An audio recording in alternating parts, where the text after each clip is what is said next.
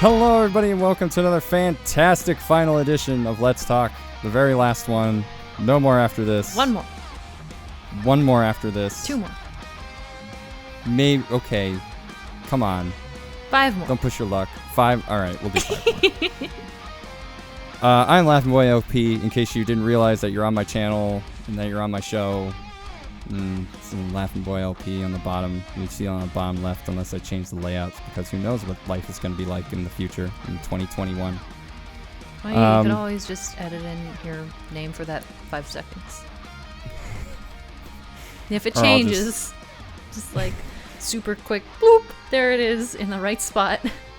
Yeah, I'll just have Chibi Masae pop out. And I'm, of course, here with MasaeAnela. Hello. Hello. Welcome. Thank you. After much questions, many answers, we are on the final stretch. We started talking about present day, kind of your thoughts and feelings, and we'll just continue to do that because I have so many more questions to ask you. Yeah. It'll never end.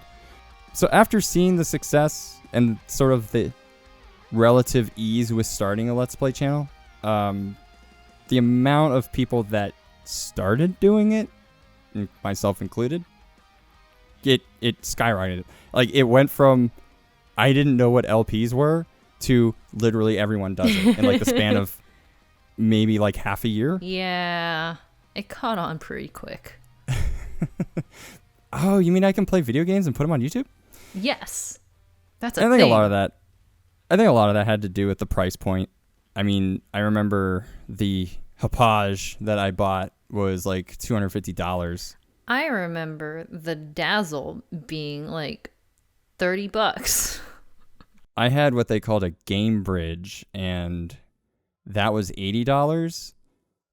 And I had what they call a camcorder. That was probably kind of like $100. Never mind.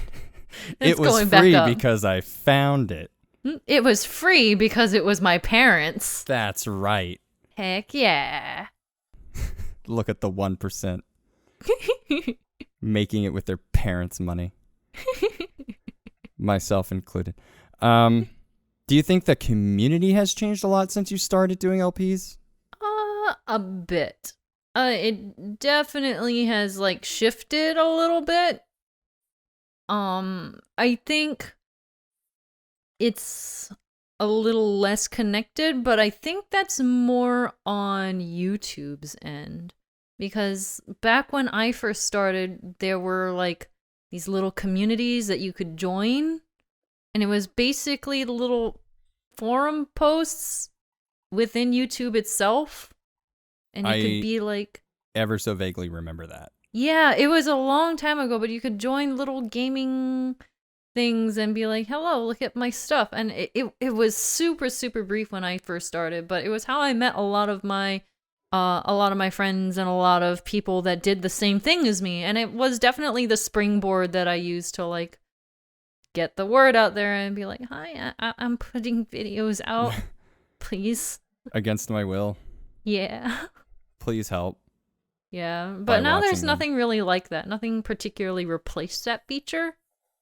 I mean, they have added a community tab, but I feel like YouTube was more like Facebook at that time. Yes, and this it definitely is more like was. Twitter.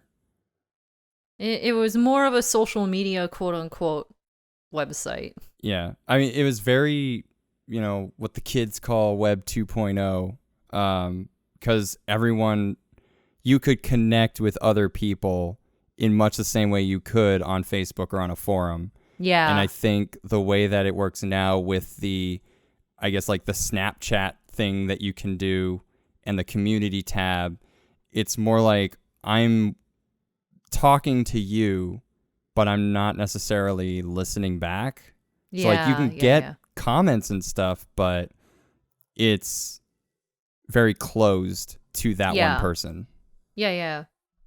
Like, it's different. It definitely is geared a little bit more towards your own little circle, as opposed to reaching out and like having the venue to actually go and meet other people. You have to kind of work with the website and go into the comments and being like, hey, let's be friends. You know? That'll work. Yeah. I mean, it maintains the circle you have now, but it doesn't do anything to expand it. Yeah, pretty much. There are other ways you could do that back then, but not so much now. And I guess sort of on that, does it make it more or less difficult to be considered part of that community? Especially in terms of like the creator, being one of the creators and being part of that community. It's interesting because to me, I feel like if you're in the community, you're in the community. If you show interest, then you're in the community. It's a big ol' web of people who's just like, who have similar interests, and people make friends, and people meet other people within like Discord, and getting invited to all these newfangled servers and Twitch streams and blah blah blah. And even if you're not particularly a content creator yourself, or if you're like just getting started and trying to make your foot into the door, you're already a part of the community. I haven't really noticed any particular divide in that sense of like, yes, the creator community versus the viewer community, etc., etc. It's just like the gaming community. Like, of course, there's little sections and like subsets of like people who enjoy this sort of thing, or like blah blah blah. But maybe it's just the type of people that I have been around and the type of people that have come around to my circles. But it's like it's one large community. Yeah, and I think to bounce off of that, I think, again, this is another question that I kind of wrote back when I wasn't quite sure myself how the whole thing worked. Mm-hmm. And I mean, that's kind of how a lot of questions like these were written. But YouTube, you have Twitch, you have Discord, you have Twitter. In some cases, you might have Instagram and Facebook. I think you're going to see the same people in all of those different communities. Like, you'll see the same usernames on YouTube, on Twitch, and then you'll see them on Twitter. But I think maybe before then, when I wrote this question, it was sort of like maybe Twitter and just YouTube. And Twitch was becoming a thing. Ustream. Justin TV. Justin TV. Yeah. The Street Fighter site. But yeah, I think a part of me wondered if other people may have thought it was closed off. I certainly thought that it was difficult to talk to people, but that's also just me. Mm-hmm. So yeah, I guess I wondered if other creators kind of felt the same way in terms of maybe contacting each other. Yeah, I think for on the creator side of it, there's some people inevitably have it a lot easier than others just by temperament. Some people are just really okay with reaching out and being like, "Hey, do you want to do this?" And like people are going to say either, "Yeah, let's do it," or "No, I'm busy," but they keep on trying. And like it just really depends on how you handle it and who has the right temperament for that. Because like I'm shy as heck. I have a really hard time with that. Hence, I don't do a whole lot of like collabing on my channel, because I'm just really bad about inviting people. Even like my close friends, I'm like, I don't want to bother them, you know? So it's like... And then the video corrupts when it does happen. So. Exactly! I finally break out of that, and I'm like... Yeah, let's do it. I'm going to actually be social. This will be great. It's networking. And then the universe is just like, no, screw you. I'm going to make pizza bagel bites. We're going to have a great time. And then nobody even knows it happened. I'm so upset about it. So upset. I've had comments on my videos. How did you get Chugga Conroy and have like only 600 subs? And I was like, I asked him, and he said yes.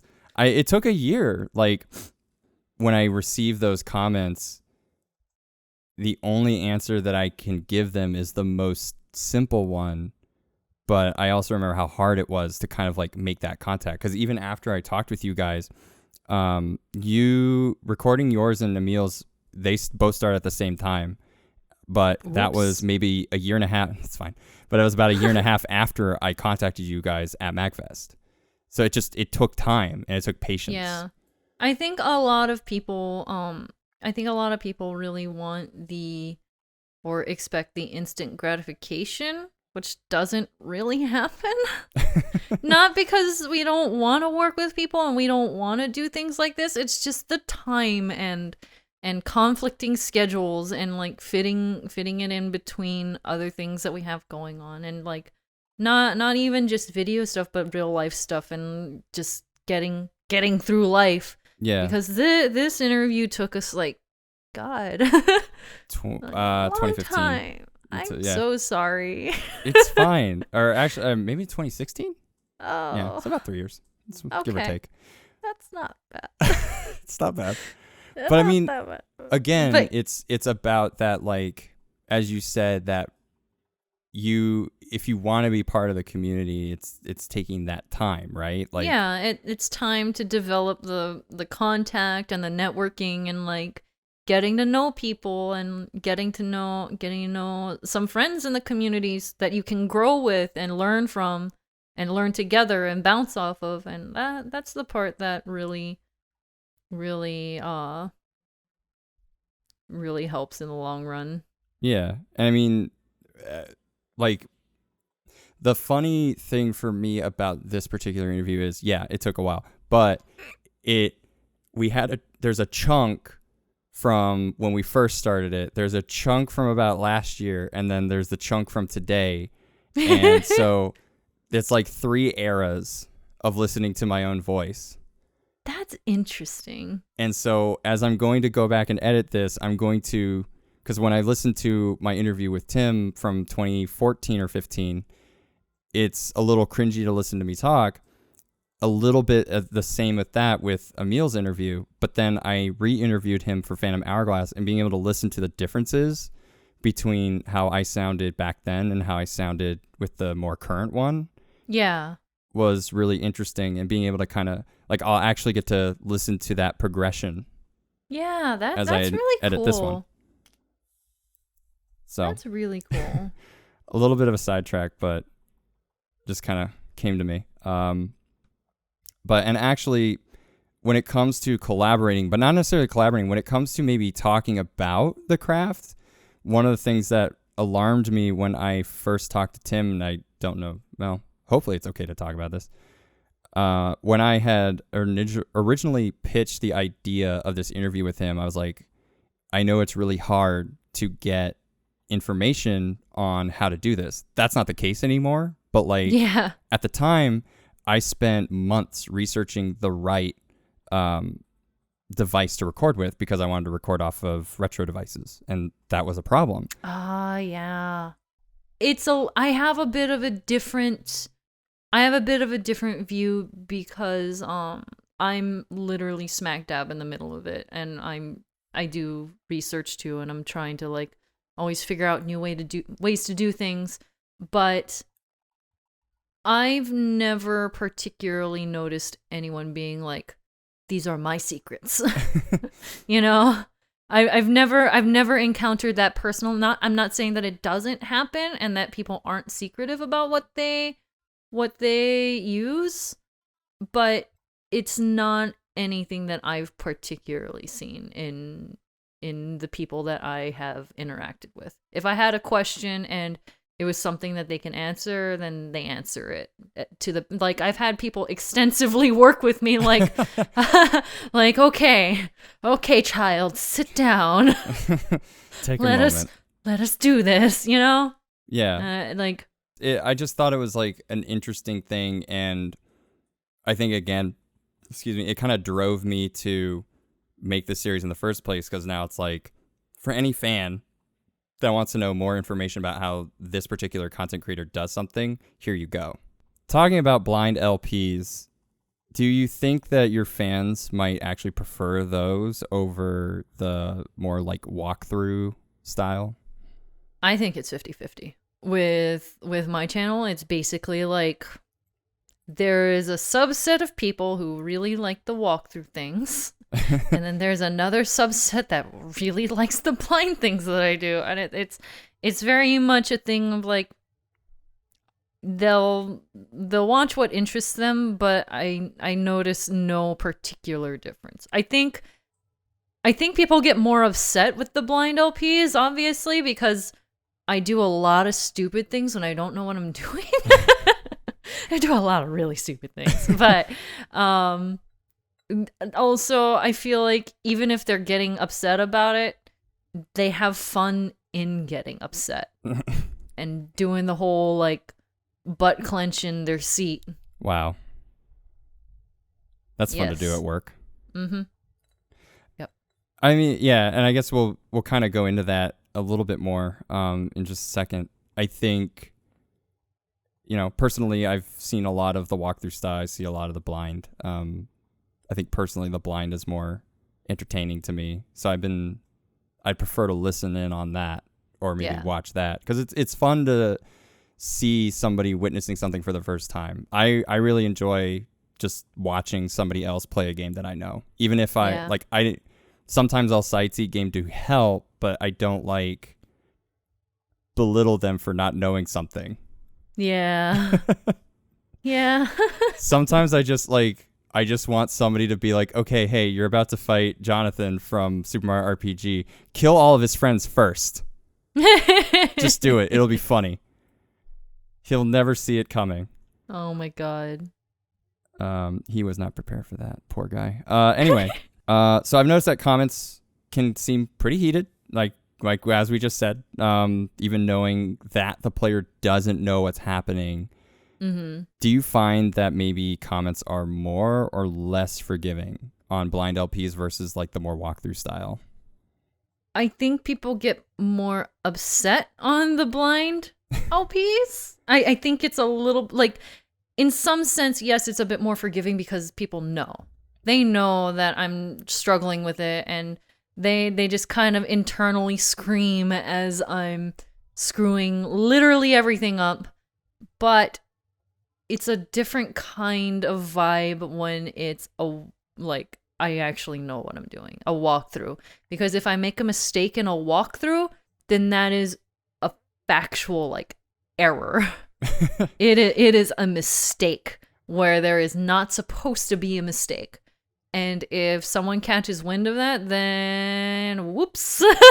Well, I think you don't get the opposite side coming in and being like, hey, can you please remember that this person's never played it before? Yeah. This is your childhood game, but person A has never played this game ever. Yeah, exactly. And it's it's hard because for walkthrough types, you can never 100% know a game. I mean, I guess you could, but when you're doing it on the fly, you're doing commentary at the same time. You're trying to remember exactly what you want to cover and how you want to word it.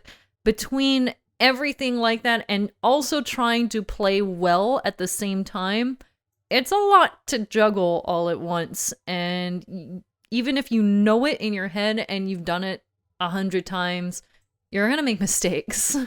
Well, and I think in the walkthrough styles, you have those, post edits where you include hey, I messed up. Yeah. And maybe a little bit of that, I know I would probably do that out of fear. Oh, no, that's entirely what it is. Because it's that's how that started. I know, I swear I know what I'm talking about, guys. Yeah, but it pretty much, it was kind of a strategy in a sense, because at that point, especially during walkthrough type things, if I make fun of myself first, then it turns that situation into a funny moment. That's how I got through elementary school. Same. It's instinct. You take the power away. Yeah, pretty much. So it's like, at that point, they have nothing to correct, and they'll just be like, lol, I see that. Chibi Masae is so good, etc., etc. And then it keeps the spirit of the atmosphere a little bit more lighthearted than it would be otherwise. It helps the brand. Yeah, but on the flip side of that, when I don't catch something and I 100% miss, even in editing, something that I said that was wrong, then I get slammed. Yeah. It's like, why didn't Chibi Masae pop up for this? Like, because I didn't know. Chibi Masae's on break. Yeah, Chibi Masae was sick that day. That's right. She couldn't come in for editing. This is kind of off topic. I apologize, but it's funny because people have started treating Chibi Masae as her own entity. I think that was after Literally, Pikmin, I feel. Yeah, like Chibi Masae is her own entity. People ask me how Chibi Masae is feeling, where Chibi Masae has gone, if she's on vacation. There was a couple of videos where my editing program, for some reason, glitched her out like nuts. Like, I don't know what happened. It was something in the encoding or something, but she just was like super glitchy for all of her animation. And I basically was like, oh, that sucks. And everyone was like, oh, Chibi Masae isn't feeling well. Chibi Masae is sick. I'm like, okay, she's sick. That's right. Nothing else is wrong. She just had a little flu. Yeah, exactly. She has a fever. That's right. And when you have a fever, sometimes you glitch out. Mm-hmm. Who hasn't had a cold where they haven't just suddenly done things that they shouldn't have done? Disintegrated. That's right. Yeah. Cheebs, you doing all right there, Chibi? Cheebs? Chibi Cheeps? I really like that. Chibi Cheeps. Oh my goodness. It's weirdly wholesome, but also kind of weird on my end. Because I'm like, I never intended that. It's like when that one Pikachu suit deflates. Yes. Yes. And everyone has to come in from behind and like drag him away for fear of breaking their children's immersion. Body slam Pikachu to the ground. It didn't really hurt that Pikachu more than the damage to the suit. So, Tales of Vesperia. Long LP. 170 videos. Apparently, according to my notes, it took about a year to finish. Yes. A year and some days. So, I got you beat. It took me 2.5 years to edit 10 episodes. Okay. You do have me beat. I admit defeat. Got him. Good job. I'm proud of you. So how many times, especially for Tales of Vesperia, a game of that magnitude that you completed, how many times did you play that game before doing the LP? Once. Years Really? prior. Yeah. See, that was also in the era where I didn't give two craps about actually making something like super concise. I just kind of played the game. I looked up the side quest to make sure I didn't skip anything, and I was like, all right, I know where to go. Let's play the game. I didn't even finish the game. The first time I ever finished Vesperia was for that LP. I think I remember you saying that now. Yep. It in hindsight, it was probably a mistake. I mean, I was impressed because, like, thank you. Tales games, as we've discussed, can get needlessly complicated. They really can, honestly. So to be able to explain and how to optimize and strategize for that game in particular can be, because I don't. It's a game that can be beaten without optimization. But to be able to say that you were able to optimize it and understand the combat is a whole other ballgame. Yeah. I tried my best. I have no regrets because now I'm like, I love Tales and people know that I like Tales games. So it solidified that reputation for me, I guess. But in hindsight, the timing was a mistake. The timing was a mistake? I did it right after Wind Waker, which was essentially like my third main series. I did it super early. Oh, so were you just saying like it would have been better to have done it later? Yeah. You know, when I actually had an HD capture card for the entire thing. That's what remakes are Oops. for. God! And what do you know? God. A definitive edition has been released. So It is now a Nintendo game. dang it. Yeah. When are you gonna play Tales of Vesperia? Get out, Definitive Cody. Edition. Yeah, get out, Cody. No, Cody. Please leave. I like how people can mention him in other videos and everyone's just kind of like, who? But anyway, how did you feel when you finally finished it then? Overwhelmed. But you finished it. I did finish it. I think that was one of the very, very few times that I cried at the end of a game. And I think it was a time of my life that was actually kind of a challenge. And that's part of the reason why it took an entire year to finish. And I was just ready to be done with it at that point. And so once I actually finished it, it was just kind of like letting all of that go. So I was very overwhelmed. Okay. That makes a lot of sense, actually. That was a tough year. So now that we're recharged. Yes. Did you feel like it would take that long when you started it? No. I honestly had no idea what I was getting into. I had zero clue. Like, at that point, I didn't even remember how long the game was. I remembered precious little about the progression of Vesperia when I started that series. So imagine my surprise when I hit episode 80 and I was not anywhere near done. How much longer do I have? Looks at the walkthrough and I'm only halfway there. I'm like, oh no. Oh no. We got 90 more of these to go. Pretty much. At least. Mm-hmm. Good to know, because I haven't finished it ever, so that might take a while. It's good. It's good. You should play it. Everyone says. I got some of the way through. It gets real good. So this is an old question, because this was back when you had one Tales series on your channel.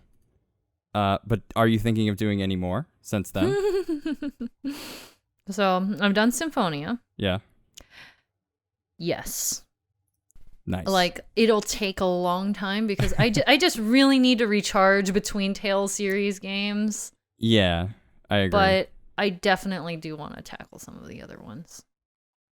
I can definitely understand that. Like, after, especially a Tales game, I have to take a break.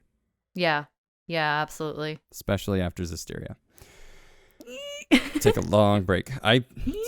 You said you beat it. Did you do the extra DLC? Did you do the extra story?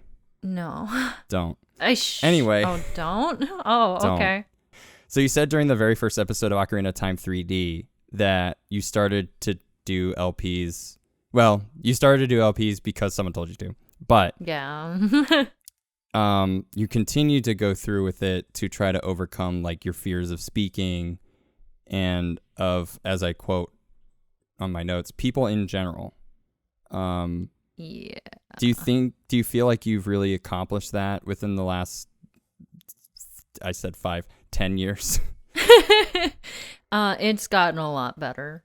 I'm definitely in a much, much better spot than I was back then. I feel like, ooh.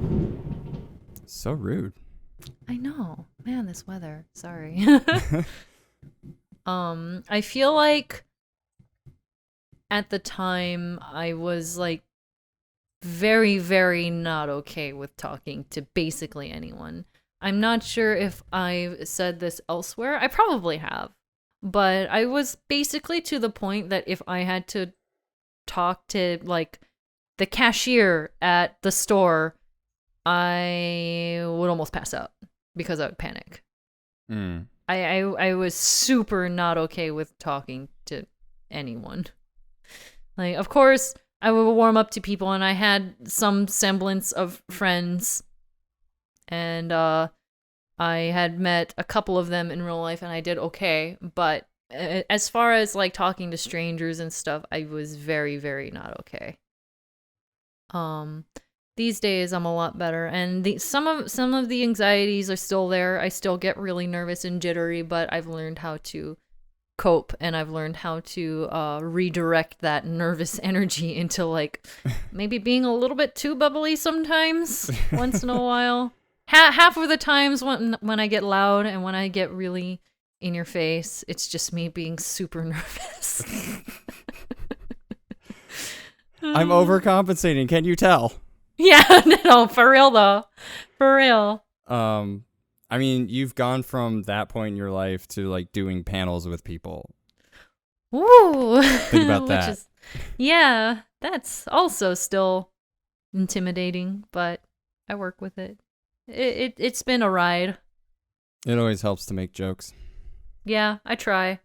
Not all of them fall right, but it's okay. Same.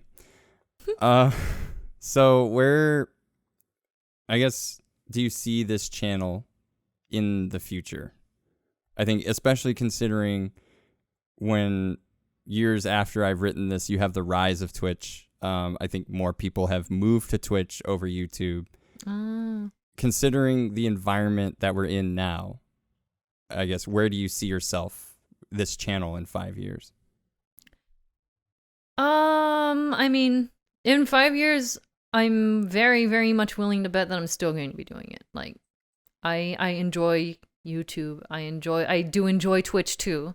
I enjoy both for completely different reasons. Both fulfill me in different ways, and I love doing it. And as long as I love doing it, I'm going to keep doing it, assuming that, I don't know, something stupid happens. And YouTube's like, no more no more of these anymore. things. We don't do videos.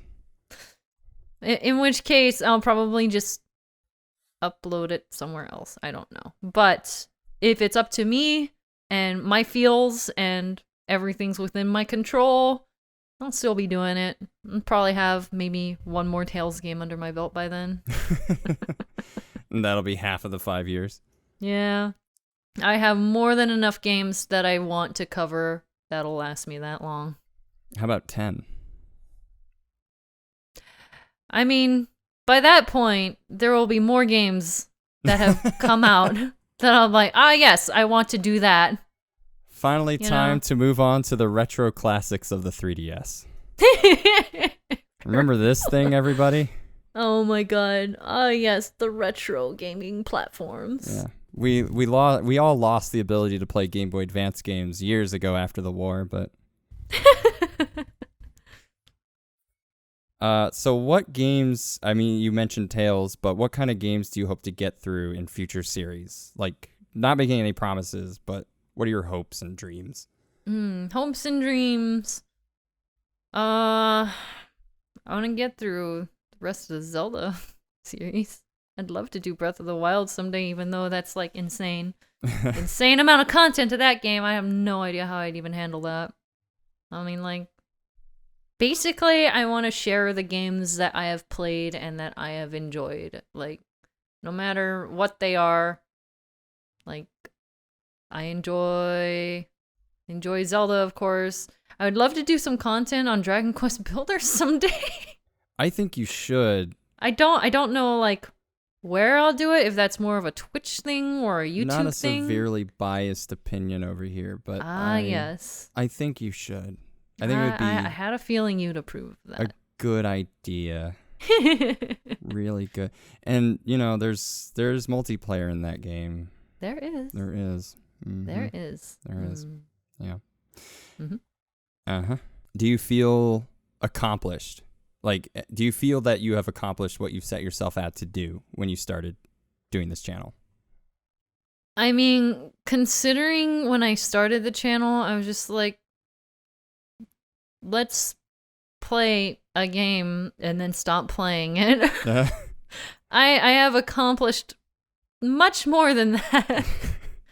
Like, this has gone so much farther than I ever could have dreamed. You take me back 10 years and tell me that I'd be sitting here talking to people about what I do on the internet. I'd be like, you crazy. What's wrong with you? Well, on that note, is there anything that if you could tell your past self that you would, from when you started, what would that be? Make a better username. Wow. Make your username easy to spell, please. Just like slap 10 years younger, use hands. It's like, stop God, it. what is this AEA garbage that you thought of back then? No one's gonna know what order those A's and E's come in. There's too many A's and E's. I'm having so much difficulty. Literally, no one's gonna remember your username. Girly, please. That's it? That's the one thing you wish you could step in a time machine? Yeah. Fix it? Yeah. Well, too bad. Yeah. You're stuck with it. I am stuck with it. Unless I like suddenly look over and on my tab it says like Let's Talk 4 with completely different name and I'm like, oh God. What did you do? Surprise. I'm a time traveler, didn't you know? I know now. If you're gonna go back, I have a list of errands I think I need you to run. Oh. I don't know. I'm pretty lazy, dude. It's fine. You have time. Anyway, as I mentioned before, kind of I created this series for a lot of reasons.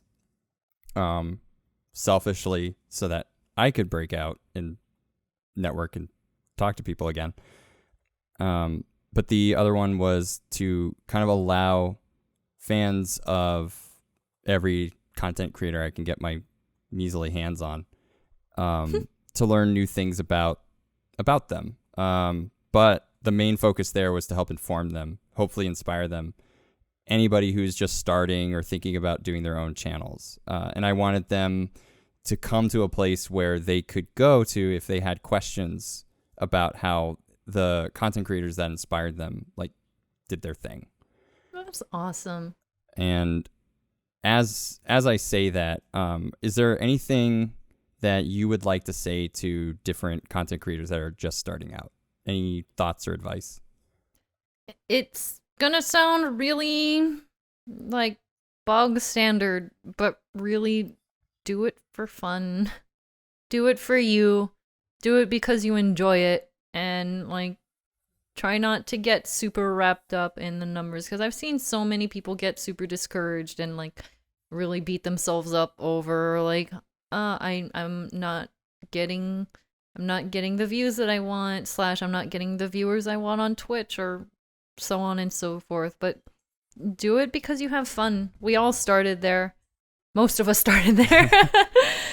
We just played video games because we had fun with it, and we continued doing it, and we're all just nerds.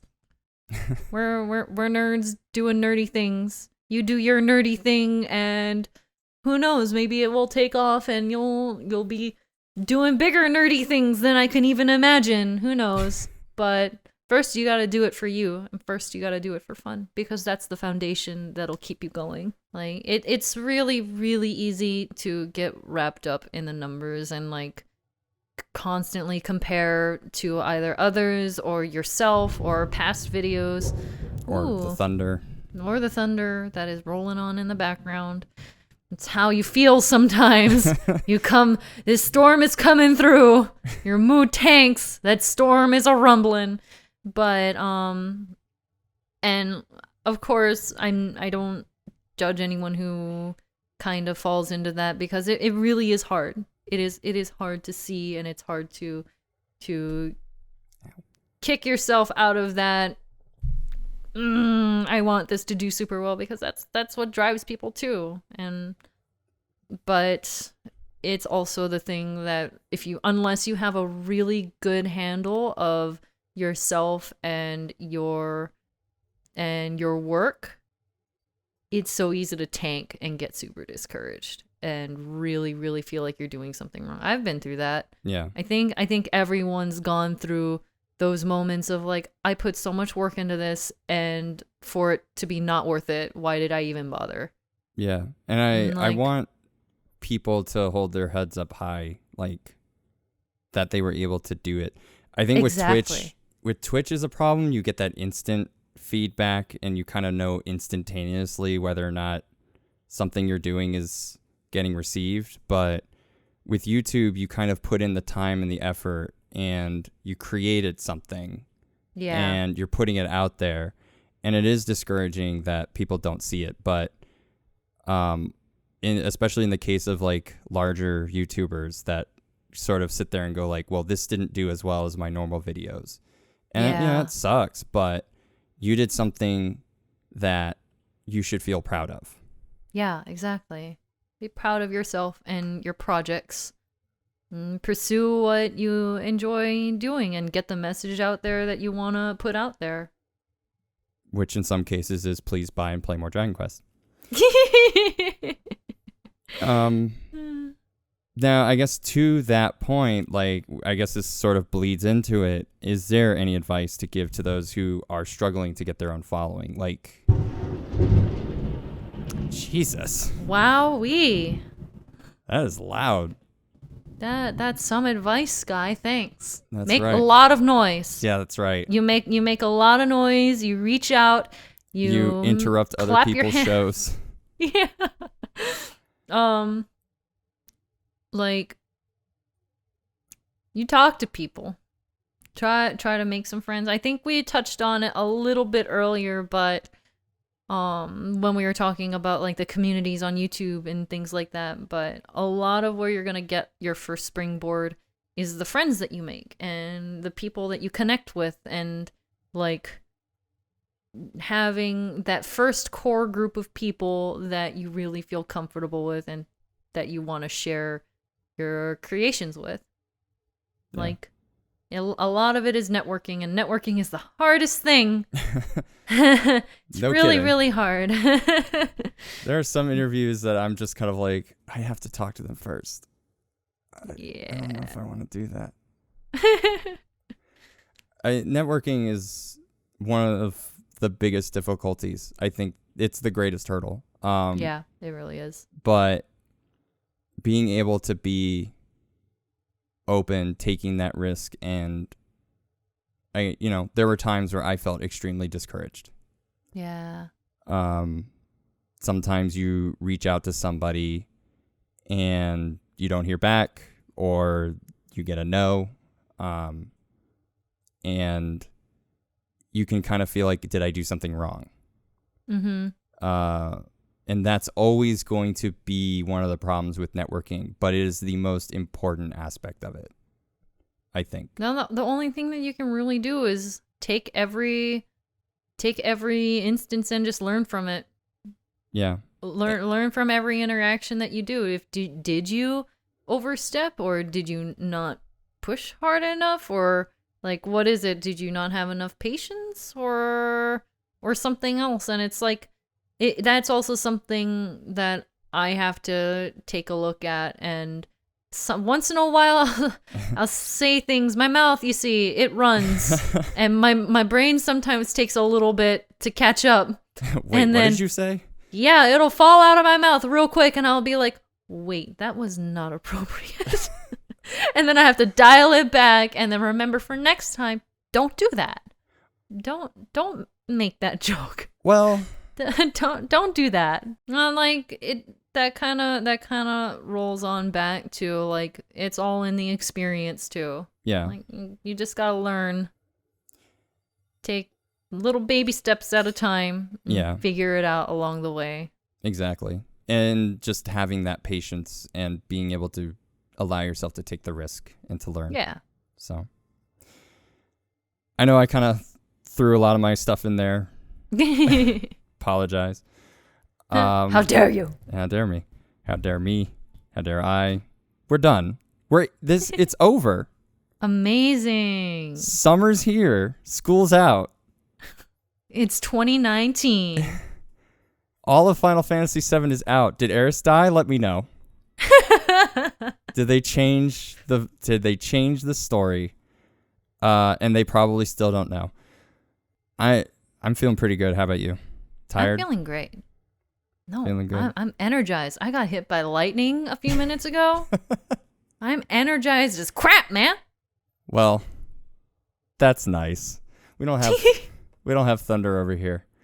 Or lightning. But anyway, I'm sidetracking. Did I mention that I'm really bad at ending episodes? Yes. I'm very bad at it. I will always mention it every time. It's I'm okay. so sorry. You're I fine. apologize. How I'm dare sorry. How dare I? Did I mention we're done? This is like such a long time coming, but thank you so much for being here. Like, Thank you for having me on. and thanks for being patient with me, honestly. And thank you for being patient with me. But I'm sure we'll probably talk more in the future. Absolutely. And I would love to have you on again. And I'm down. Please do. exactly. I'm here. I'm around. Just hit me up and we'll do it again in another 3 years. That's right. It will take, there will be not even half the questions. I've been doing a thing now where did you write he on my notes? No. Revoking your edit privileges. Oh, no. No. No. Oh, wow. Nope, there she goes. My editing privileges that she spelled wrong. How dare you? Let me just, there you go. I fixed it for you. We'll see you guys on the next episode. Well, I'll see you on the next episode. Maybe Masae will be there. Maybe John will be there. Maybe Masae and John will be there. But that's called Dialogue Box. You should watch that show instead. Oh, yeah. Dialogue Box is fun. Watch it. All right. Good night, everybody. Good night.